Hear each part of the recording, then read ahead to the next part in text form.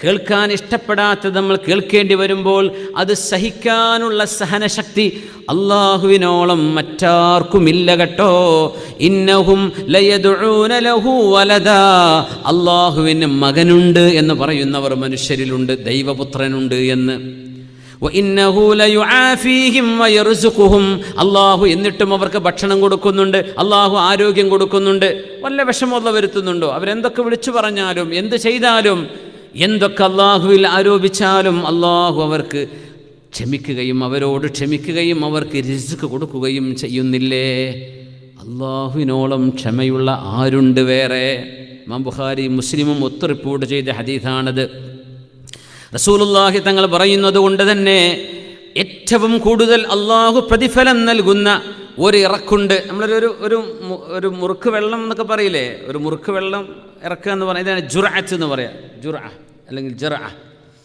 മാ മിൻ ജുർഅത്തിൻ അഅ്ളമ അജ്റൻ ഇൻദല്ലാഹ്, അല്ലാഹുവിന് ഏറ്റവും ഇഷ്ടമുള്ള ഒരു ഇറക്കലുണ്ട്. ദേഷ്യം കടിച്ചിറക്കുക എന്ന് പറയില്ലേ, ആ ഇറക്കലാട്ടോ അത്. അതിൽ നമ്മൾ ഉമിനീർ തന്നെ ഇറങ്ങുള്ളൂ, പക്ഷെ അതിലൊരു ദേഷ്യം കടിച്ചിറക്കുക എന്നല്ലേ പറയാ, ഇണ്ടാണ്ടിരിക്കാൻ. അതൊരു രസമുള്ള സംഗതിയാണ്, ശീലിച്ചാൽ കേട്ടോ. കേൾക്കുമ്പോഴേക്കും പൊട്ടിത്തെറിക്കാൻ നിന്നാൽ പിന്നെ അതിനെ സമയം ഉണ്ടാവുള്ളൂ. പണിയൊന്നും പിരിച്ചുകൂടും, ഒരൊറ്റ ആൾ അടുപ്പിക്കില്ല, ഒരൊറ്റ മനുഷ്യനും ഇഷ്ടം ഉണ്ടാവില്ല. അയാളങ്ങ് ഒറ്റയ്ക്ക് പൊട്ടിത്തെറിക്കുക എന്നല്ലാതെ ലോകത്ത് ഒരാൾക്കുള്ള ഇഷ്ടം ഉണ്ടാവില്ല. പിന്നെ എന്തിനതിൻ്റെ ആവശ്യം? മരിച്ചവരെ മയ്യത്ത് കാണാൻ ആൾ വരില്ല. അപ്പം എന്ത് ചെയ്യും? അവനവൻ്റെ സ്വഭാവം അവനവൻ തന്നെ ഒന്ന് കടിച്ചിറക്കലൊക്കെ നല്ലതാണ്. പ്രത്യേകിച്ച് പണ്ഡിതന്മാർ, പ്രത്യേകിച്ച് ആലിമീങ്ങൾ നന്നായിട്ട് ക്ഷമിക്കേണ്ടി വരും, നല്ല ക്ഷമ വേണ്ടി വരും. അതൊക്കെ അള്ളാഹുവിൻ്റെ അമ്പിയാക്കന്മാർ ഇതിൽ വലുത് കേട്ടിട്ടില്ലേ? അമ്പിയാക്കന്മാർ എത്ര കേട്ടു, എന്തൊക്കെ കേട്ടു.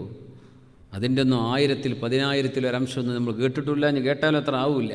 അമ്പിയാക്കന്മാർ മുഅ്ജിസത്ത് കൊടുത്ത് അള്ളാഹു സഹായിച്ചവരാ, പ്രൂഫ് കയ്യിലുണ്ട്. എന്നിട്ട് പോലും അവരെ ചീത്ത പറഞ്ഞില്ലേ മനുഷ്യന്മാർ? അള്ളാഹു ഇഷ്ടപ്പെടുന്ന ഏറ്റവും പ്രതിഫലം നൽകുന്ന ഒരു മുറുക്കുണ്ട്, ഒരു ഇറക്കൽ. എന്താണത്? മിൻ ജുർഅതി ഗൈളിൻ കദമഹാ അബ്ദുൻ ഇബ്തിഗാഅ വജ്ഹില്ലാഹ്.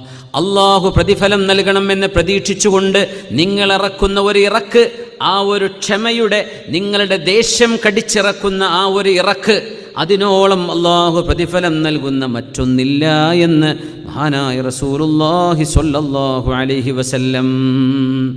അള്ളാഹു ഇഷ്ടപ്പെടുന്ന ഈ ഒരു സ്വഭാവ ഗുണം നമ്മിൽ ജീവിതത്തിൽ വേണമെന്ന് അള്ളാഹുവിൻ്റെ ഹബീബ് നമ്മളോട് പറഞ്ഞിട്ടുണ്ട്. നമ്മൾ ഈ സ്വഭാവം നമ്മിൽ ഉണ്ടാക്കണം.